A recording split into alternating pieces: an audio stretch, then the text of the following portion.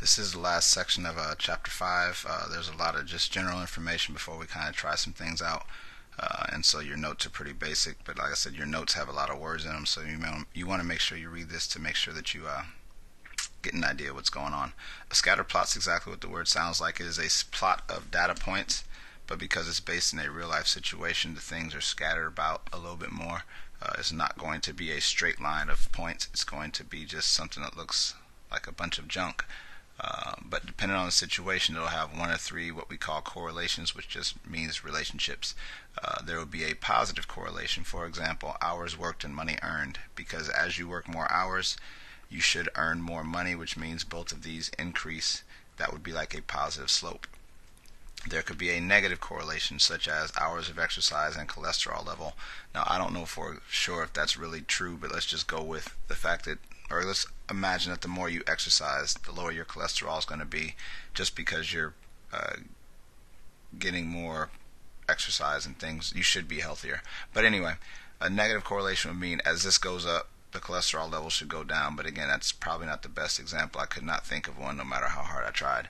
But again, negative correlation means as the first goes up, the other one goes down, or as this goes up, that probably goes down, or there's no correlation. For example, height and grade point average, there is no relationship between, like it doesn't matter how tall you are and what your GPA is, those things have no connection whatsoever. So again, the three correlations would either be positive, negative, or no correlation. Our algebra background is helpful with scatter plots when there's a positive or negative correlation, because we can use a calculator to find the equation of a line that helps us anticipate future occurrences. There's a lot of money in the fact that you can kind of guess what's going to happen if you do one thing or another thing. This line is called a couple of different things. It's called either the line of best fit, or for this chapter it's called the trend line. The example here will kind of talk about what's going on with your trend line, or give you an example of what it looks like at least. It talks about this represents the number of hours of practice and number of mistakes that are piano recital. You see that you have hours down here. You see you have mistakes here. And what they did was, what someone did to make this scatter plot is they plotted when they studied for 3 hours, they made this many mistakes. That's what the plot is. And when they studied, or when they practiced for 4 hours, they made this many mistakes. And when they practiced for 6 hours, they made that many. And when they practiced for 7, it was this. Sorry, 7 is here, 8 here, 13 here, and 14 there. But those dots actually represent true data points that they took note of and jotted down. Then some calculator, some computer generated a trend line, or a line of best fit. And what this tells me is that you should expect this to be there. Now, the line of best fit tends to go through the middle of the information, at least should go through the middle of the information. It should not be, if you follow the path of my pen, it should not be down here because that's too low. It should not be down here because that's too high. It shouldn't be doing this because the information is not moving in that direction. It should be the line that best shows what the information is doing. So when it says what type of correlation does it have, obviously this is moving in a downward direction. You would call it a negative correlation. How many mistakes would you expect after 2 hours? Now, with 2 hours, you do not go to the dot, you go to the line. Because the word is expect after 2 hours. So you go to 2 hours, you move up to here, and you recognize that this is, if you look at your paper, you'll probably see it better. But this is at the halfway point between this line and that line. Based off of what I know, this is 80 and this is 100, which means that that's 90. And so half between these two would be 95 mistakes. And then how many mistakes would you expect after 10 hours of practice? Again, 10 hours, go up to the line of expectation, or line of best fit. This is 60, that is 70, so I think you would expect 65 mistakes in this situation. Again, notice how the plots are not perfectly lined up. It moves kind of weird. This is because nature is not perfect.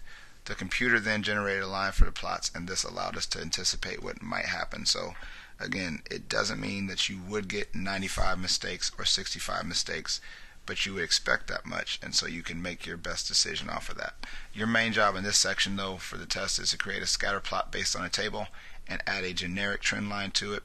We're not going to get into the calculator programming part, but graphing calculators do allow you to enter the data and identify a slope and y-intercept, and we know that a m and a b does allow us to get an equation of a line.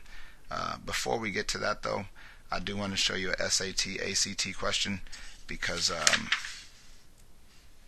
the following scatter plot was determined to was created to determine the relationship between outside temperatures and cells for the day. I think I meant to separate those parts. Which equation best represents the line of best fit? So on that question, or on your paper, you have this problem. And again, this is someone who took data on the temperature outside and the amount of cells for the day. And so these are the points that they made. As you can see, they had 1, 2, 3, 4, 5, 6, 7, 8, 9, 10, 11, 12. They observed 12 days. They got 12 different temperatures or 12 different things for every part. And so what the SAT ACT is going to do is ask you which best represents the line of best fit for this equation. And here's what you have to do. You have to use what you know. First off, I think we can eliminate B.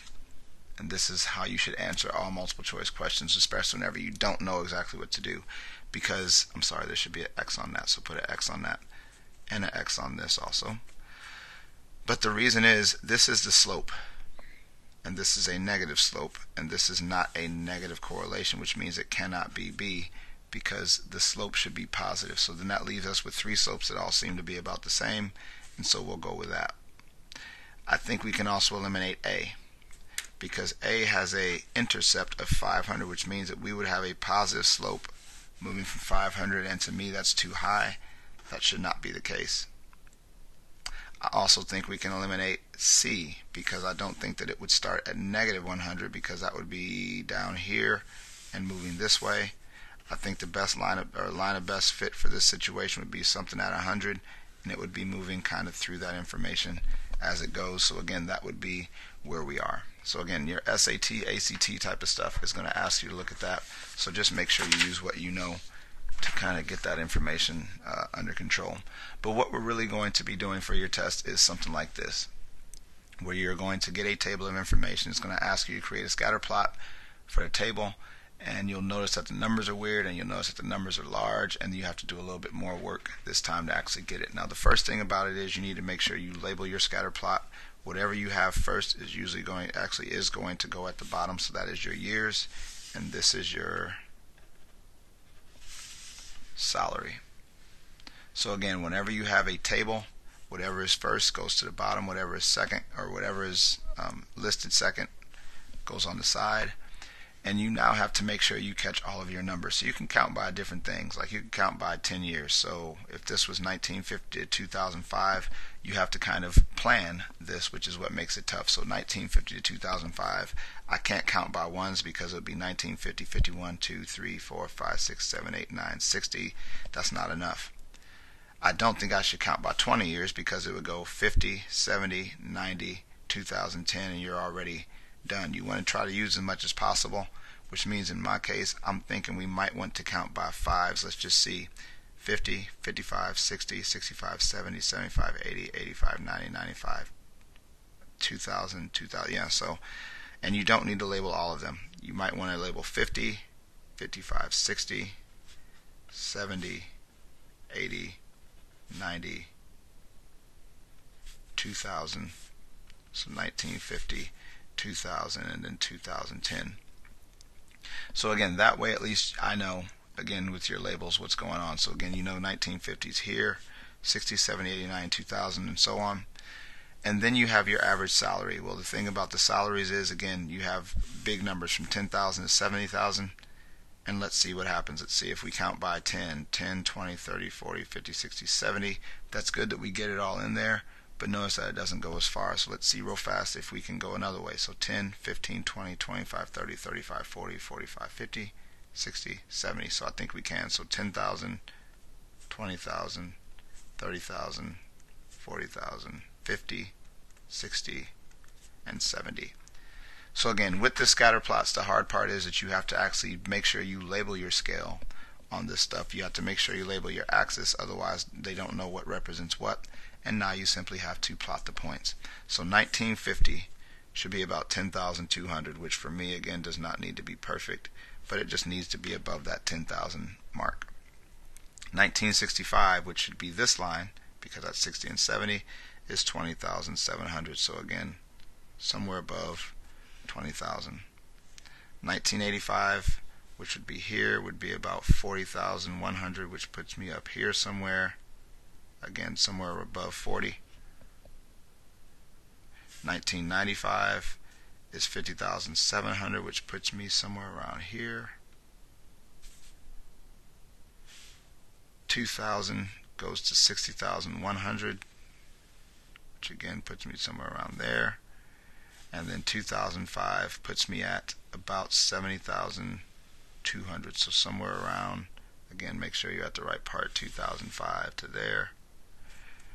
And there you go. So that would be your scatter plot, or at least the best scatter plot you can do. Again, I do not expect your scatter plot to be perfect, but the points should be close to where they're supposed to be. If your number is not at 1950, but it's more at 1955, that's not going to be good. That's why you want to make sure you label it appropriately. Also, again, 10,200 should not be below the 10,000 line. It should not be close to the 15,000 line. It should be somewhere around, again, whatever makes sense, best sense to you, so you can get that done. The hardest part to the scatter plot to me is making sure you label the axis right, because if you don't use the whole table and you end up with something that looks like this, that really doesn't help. I'm sorry you can't see that. But if you have 5 points here and you could have spread them all the way across the board and up higher and across further, then that actually makes a better scatter plot. So when you do that on your test and your quiz, make sure you do your best to use as much of the grid as you can. It says determine the type of correlation the scatter plot shows. Obviously these points are going in a upward direction, so this would be a positive correlation. And then C says add a trend line to the data. I don't have a straight edge, but I guess I'll use my paper, or use a piece of paper. Again, remember, if you need one, fold a piece of paper about 2 or 3 times. I usually just go with 2, and then find a line that best fits what's going on and goes to the middle of the information. So to me, I would start somewhere around here and make sure that I end up going through most of what's going on. So